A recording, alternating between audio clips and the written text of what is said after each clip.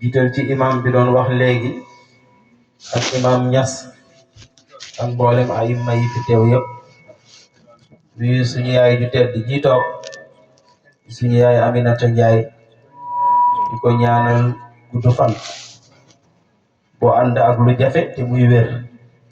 yal na yàlla defal ko defal na ko su ko defee nag nu nuyu nekk ki nga xam ne mooy xalifa bi di Cheikh al Muqaddam Sayid Alpha Njaay di ko ziyaare bu baax di ko it ndokkeel di ko it ñaanal lii yal na ko yàgg jiite yal na ko jiite ay at yu gudd te mu ànd ak wér te mu ànd ak mën moog ay rakam wa tabarakallah ni mu ko waxee noonu la amee at bu jot day bàyyi léppam jël kaar def ci mbooloo ba mu fees mu bàyyi ko fii Gàmbi ñëw seet si ñu fële ak ay terangam yu bari kooku nekk fa tabarakallah lii ñu ko defal matul sax delloo njukkal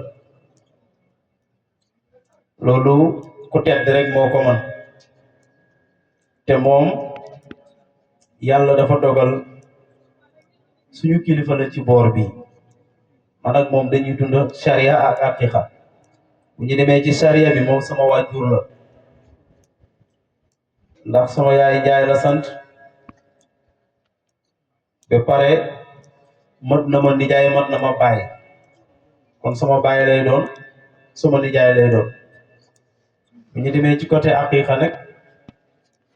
ci ak mbaaxam mu nangu def ma sëriñ kon loolu moo tax ñun dañu am sens di dund ñaari boor yëpp moo tax nag fa tabarakallah ma xamal ko ne ko ren moom xat naa lool waaye nag ci lu mu xat palaasu xorom xëj na ci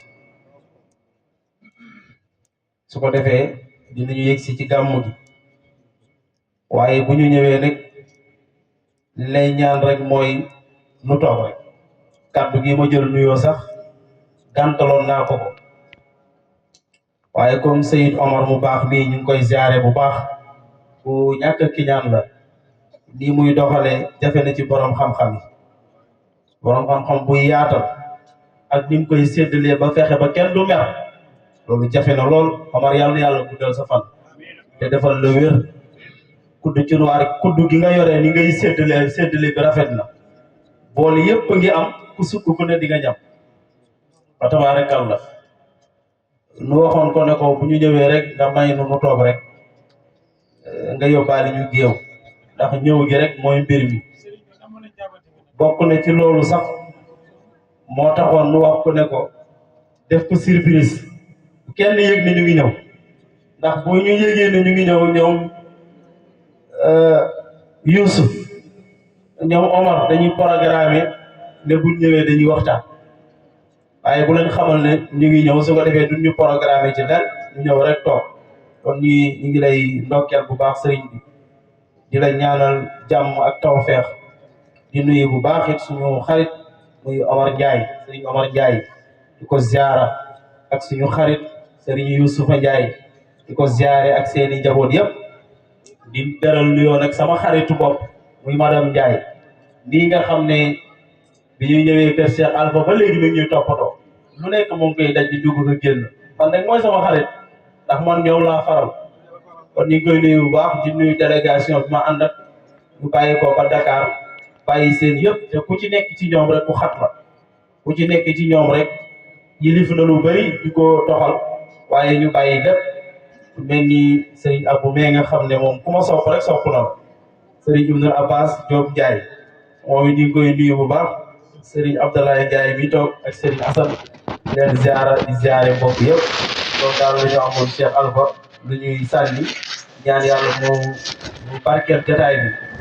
yokku xéewal yi